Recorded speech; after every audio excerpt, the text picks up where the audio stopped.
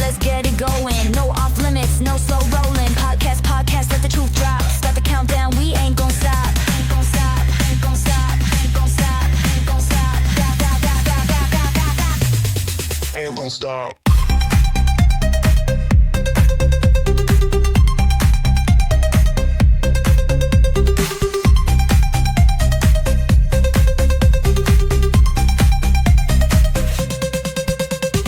Mike's hot, set the tone. Lily's in the booth claiming the throne. Podcast, you already know. Turn it up loud, let the truth get thrown. Hit record, let's get it going. No off limits, no slow rolling. Podcast, let the truth drop. Start the countdown, we ain't gon' stop. Salutations. About 2 weeks ago, I put an ad on LinkedIn in search of some guest hosts for podcast with me, Lily Abernathy. This week, we present to you our first podcast with Lily Abernathy and friends. This week's guest host, Belita Blackwell. She has some opinions about Whitney Cummings. Enjoy it. Yo, Whitney Cummings been obnoxious since day one, but lately, it's like she trying to win a bet on how fucking unbearable one human can be before even Hollywood tells her to shut the fuck up. Like she already had that forced, I'm one of the guys but with tits comedy bullshit down to a science. But now she gone full psycho PTA mom with a superiority complex. For years, she been the female comic most likely to make you want to punch drywall. Every interview, every cringy-ass podcast appearance, every thirsty Instagram thirst trap, it's like an unholy mix of desperate, I'm so real and pick-me energy, but with Botox and weird-ass takes about relationships. And now that she done had a baby, oh, bitch, we in DEFCON 1. That kid ain't humble her.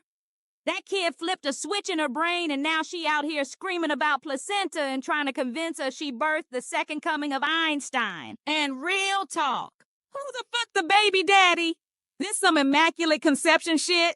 Like she spent her whole career trauma dumping and word vomiting every aspect of her life? But suddenly when it comes to who knocked her up, she planned it like a locked FBI file.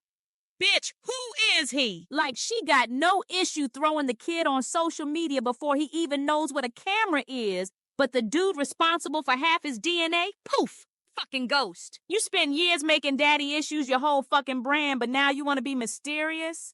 Pick a lane, ho. And listen, her podcast presence, that shit went from please shut up to I will literally pay someone to make this bitch disappear for a week. Like she really think motherhood turned her into some wise-ass oracle when all it did was give her a new category of shit to yap about. She's still showing up on every podcast like a multiverse crossover nobody fucking asked for. But now it's with mom wisdom and influencer delusions. And somehow, this bitch got even more grating. She been running the same weak ass I talk like a man, but I got a pussy shtick for a fucking decade. And now she tossing baby content into the mix like that's finna keep her career afloat.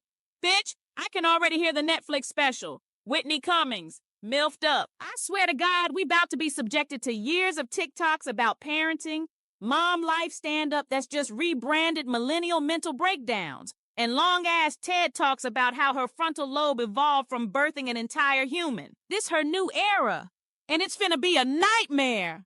We talking peak mommy blogger meets failed edgy comedian meets a bitch who refuses to log the fuck off. But wait, she ain't just an annoying-ass mom now. She also a whole-ass clown when it comes to her new man, professional skateboarder Chris Cole. And what a prize this dude is. This the same motherfucker whose ex-wife been calling him out for abusive shit, but Whitney out here acting like he a misunderstood angel. She putting him on podcast, trying to rehab his whole ass image like she got PR training at a trailer park brawl. And this bitch really had the audacity to use her platform to protect him while shaming his ex-wife? Like that's how you want to spend your mom era? Capping for some washed up skater with a rap sheet of red flags? And it ain't just the ex-wife saying it. His own fucking son called him abusive. When your own bloodline say you ain't shit, maybe you should take a step back.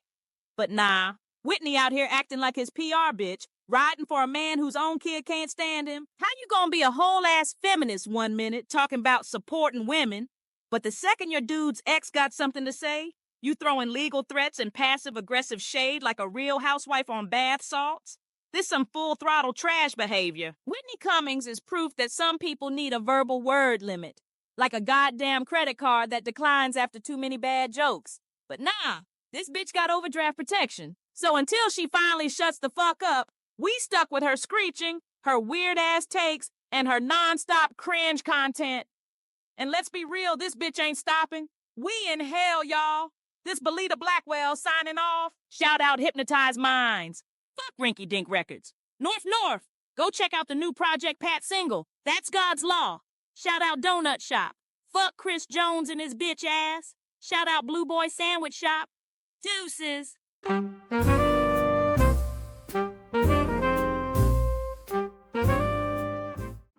Getting jacked off and sucked off by a guy probably feels similar, or if not exactly the same, as by a woman. It's really when you get like between the legs where you start noticing the differences.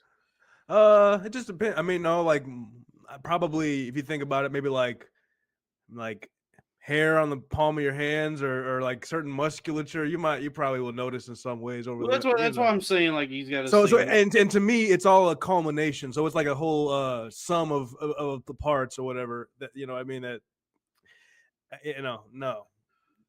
Right. No. Well, that's what I'm saying. Women Like, think about it this way. Like, if you went to one of those like massage parlors where there's a hole in the table that you stick your dick and balls through, and then on the underside of that table, this is like Schrodinger's Schrodinger's blowjob, where like on the underside of that table, somebody's gonna suck you off and jack you off, but you'll never know who it was or what they look like or anything about who's performing the service for you. You just know that you're getting jacked up. That you're getting jerked off and sucked off.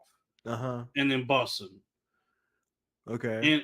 And so like at that point, it's almost like the sex or gender of the person is irrelevant. Like it's a non-issue. I mean, I guess they do Not have to God. They do have to be an adult. I will say. Okay, there you go. It better be an adult human being is going to jerk you off and suck you off. Yeah. But if you never have any clue as to who it is or what they look like or anything about them, whether it's a man or woman, at that point, does it even matter? Is that what you're going to tell your preacher?